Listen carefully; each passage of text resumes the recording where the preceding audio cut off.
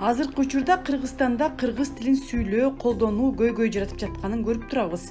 Андыктан мамлекеттик мекемелерде эң биринчи кезекте иш кагаздардын кыргызча жүргүзүлүшү шарт. Мамлекеттик тилдин статусун көтөрүш үчүн ошол мекемелер, бүт Кыргызстандагы мекемелер кыргызча мамлекеттик тилде иш жүргүзүш керек, мамлекеттик тилде чогулуш өтүш керек, бардык иш чаралар мамлекеттик тилде жүрүш керек. Болду, башка эч нерсенин талап кереги жок. Болгону мамлекеттик тилдин өзүнүн талабына жараша пайдаланышы керек да. Кыргыз патенттин алдындагы интеллектуалдык менчик мамлекеттик фонду ар кандай долбоорлор менен иш алып барууда, кыргыз тилинде жазууда, орусчадан кыргызчага которуу, накта кыргызчалаштырууга туура келет. Кышнак, кат жазып аттым эле.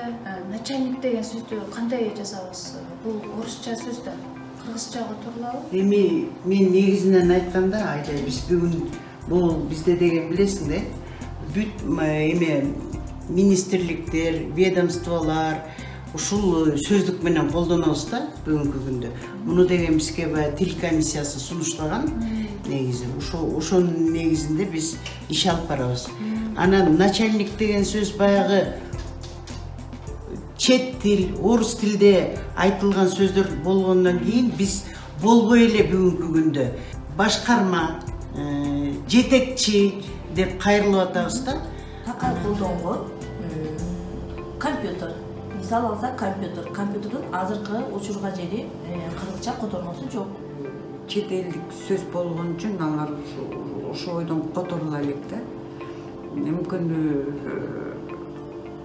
кийинирээк которулар, бирок Кыргыз тили кыргыздын эне тили.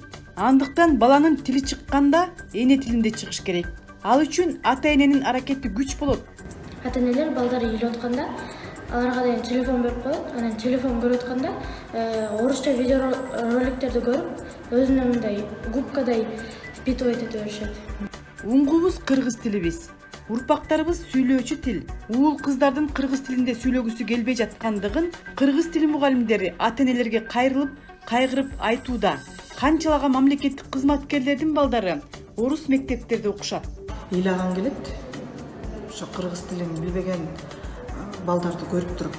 Бул шаардагы мектептерде балдарды кыргызча сүйлөтүш абдан чоң көйгөй да.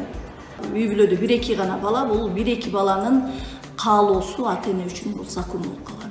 Бала орусча сүйлөсү келет, орусча сүйлөйт ата-энеси. Үйдө да болсо, ата-энеде. Жөн гана эң эле жөнөкөй нерсе, балам муну алып бер, балам тиги нерсени алып бер, муну өйдө алып кой деген гана эң жөнөкөй сөздөрдөн башталган болсо, үйдө ошондой сүйлөшүү болсо, бул бала үчүн деле көп жардам болот. Ар бир улут өз тилинде сүйлөйт. Кыргыздын кыргызча сүйлөбөшү бул азыркыга чейин көйгөй болушу намыска тие тургандай көрүнүш. Андыктан эне тилинде сүйлөөдөн баштап колдонууну колго алышыбыз милдет.